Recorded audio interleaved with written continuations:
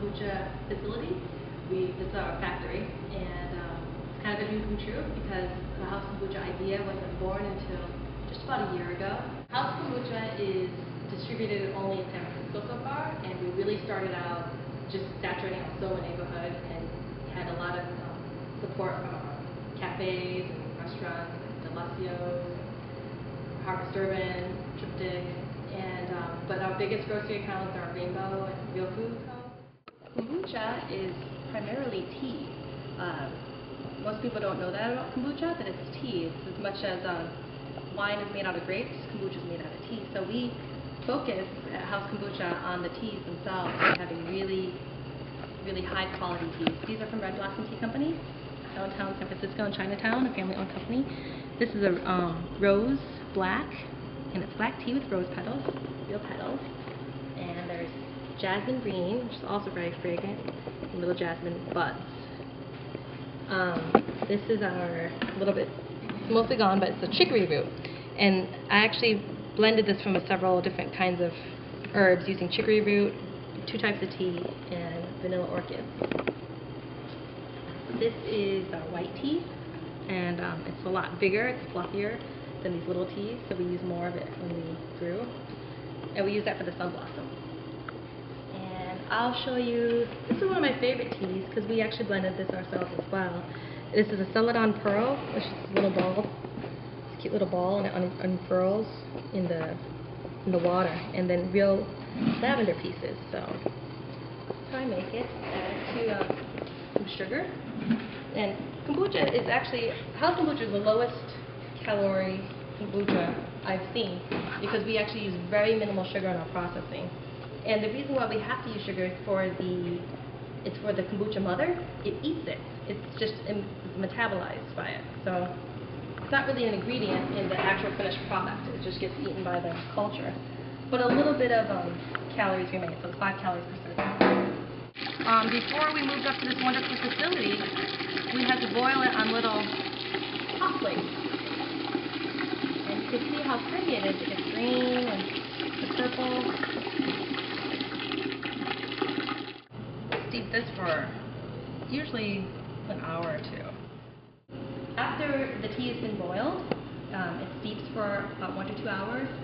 And usually, we're making lots of tea, so that takes a while. And then we've got lots of washing to do and stuff.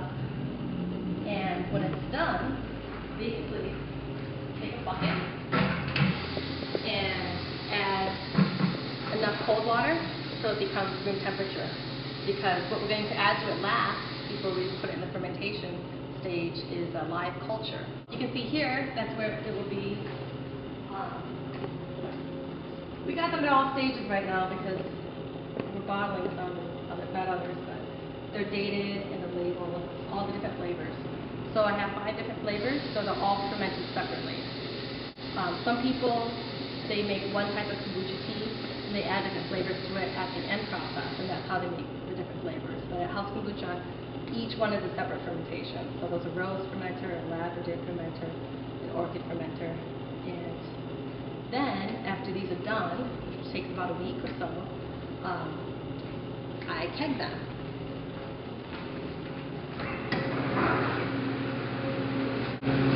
Kegging involves a lot of pouring.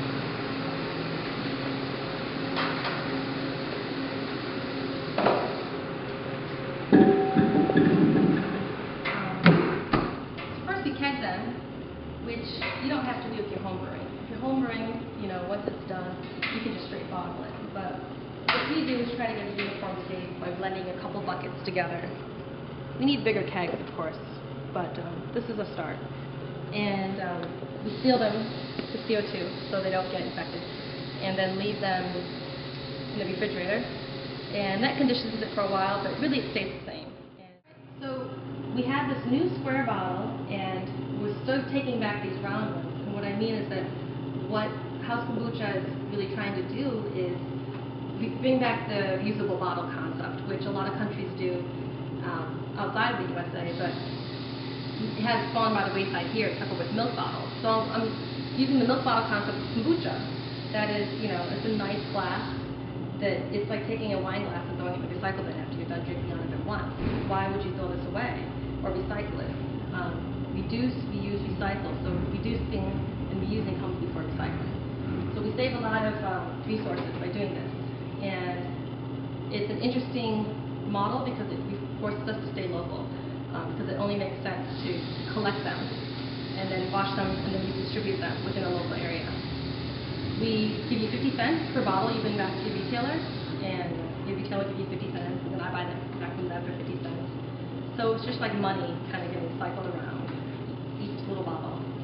And also, for each bottle I get back, I donate 5 cents to save the bay. Because it's really all about the environment and keeping the landfill at a minimum and resources plentiful. As you may know, if you're from San Francisco, it's kind of a difficult city to live in economically. And what we really need, we see this huge divide between people with high-paying, white-collar jobs and then people who are sleeping on the street, is that we need to have a strong backbone of local businesses. Businesses actually that make things and employ people and serve the population here. And that's exactly what we're trying to do. That's why this business was started. Everybody who works for House Kombucha now is formerly unemployed, and now we're a little bit employed. And we're looking to help our city this way and clean up the bay as well. So support your local manufacturers, all of them.